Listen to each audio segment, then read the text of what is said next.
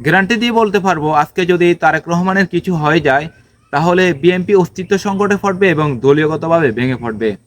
আর শেখ হাসিনার যদি কিছু হয়ে যায় তাহলে আওয়ামী লীগ অস্তিত্ব সংকটে পড়বে কিংবা দলীয়গতভাবে ভেঙে পড়বে। বাংলাদেশে একমাত্র রাজনৈতিক দল হিসেবে জামাত এমন একটি রাজনৈতিক দল, আজকে যদি ডাক্তার শফিকুর রহমানের কিছু হয়ে যায় তাহলে জামাতের তেমন কিছুই হবে না।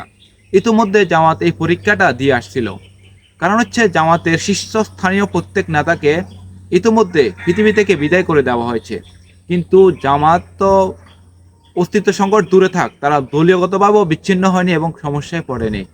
এর কারণ হচ্ছে জামাত করে আদর্শের রাজনীতি এবং হজরত মোহাম্মদ সাল্লাহ সাল্লামকে একমাত্র আদর্শ হিসেবে তারা ধারণ করে রাজনীতি করে এবং তারা কোরআনের রাজনীতি করে। জামাত ব্যক্তিকেন্দ্রিক রাজনীতি করে না এবং পরিবার কেন্দ্রিক রাজনীতি করে না। আমাদের যে রাজনৈতিক দলগুলো আছে তারা ব্যক্তিকেন্দ্রিক রাজনীতি করে এবং পরিবার কেন্দ্রিক রাজনীতি করে। এই জন্য তাদের পরিবারের বা শীর্ষস্থানীয় নেতাদের যদি কিছু হয়ে যায় তাহলে তারা অস্তিত্ব সংকটে পড়বে এবং তাদের দল ভেঙে যাবে। কিন্তু জামাত ভেঙে যাবে না, কারণ জামাত আদর্শের রাজনীতি করে।